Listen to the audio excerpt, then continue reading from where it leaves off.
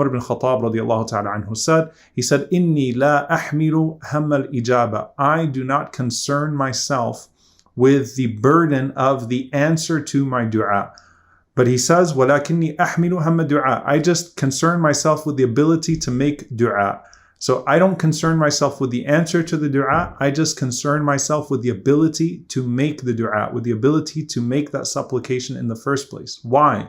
Because as Ibn Ata'illah rahimahullah said, مَتَى أَطْلَقَ اللَّهُ لِسَانَكَ بِالطَّلَبِ فَاعْلَمْ أَنَّهُ يُرِيدُ أَنْ يُعْطِيَكَ. That know that any time that Allah subhanahu wa ta'ala allows your tongue to move in asking Him something, that means He wants to give you something. And so there is no situation in which Allah will give you tawfiq, will give you success to be able to make this dua, except that Allah subhanahu wa ta'ala wants to answer that dua for you. So don't, concern yourself with the way that it's going to be answered. Just concern yourself with the ability to make that dua in the first place. And that is a blessing from Allah subhanahu wa ta'ala, that you are driven to the ability to call upon Him. Now, with that being said, you make your dua, and as you supplicate, your supplication goes to Allah subhanahu wa ta'ala, Al-Alim Al-Khabir, the most knowing, the most acquainted, Al-Hakim, the most wise, Ar-Rahman, the most merciful. It goes to Allah subhanahu wa ta'ala.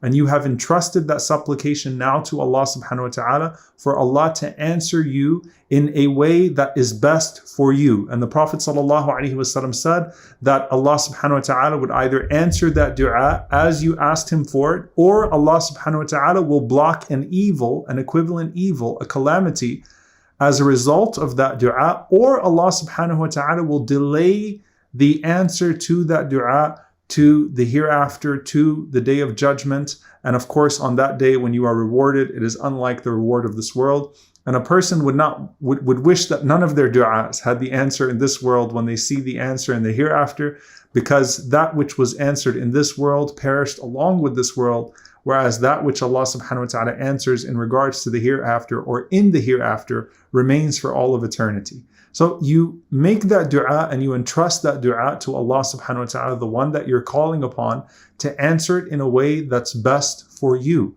Now the Prophet sallallahu alaihi wasallam said, يُسْتَجَابُ لِأَحَدِكُمْ مَا لَمْ يَعْجَلْ. Allah subhanahu wa ta'ala will answer every one of you so long as you don't become hasty. How do you become hasty? فَيَقُولْ دَعُوتُ فَلَمْ يُسْتَجَبْ لِي.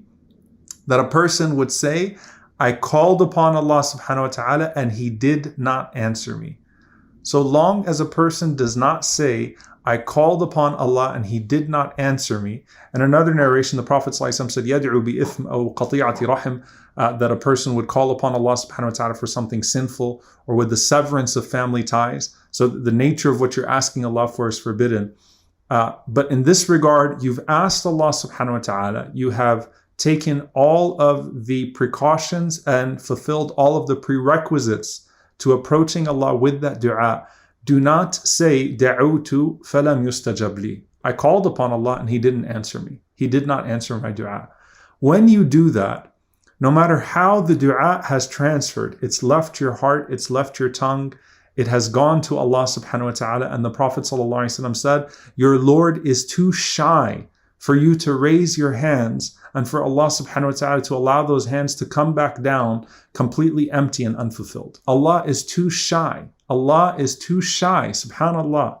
He's too shy for you to make dua and to come back empty-handed. So you made that dua and you sent it to Allah subhanahu wa ta'ala, and then you say, دَعُوتُ فَلَمْ يُسْتَجَبْ لِي.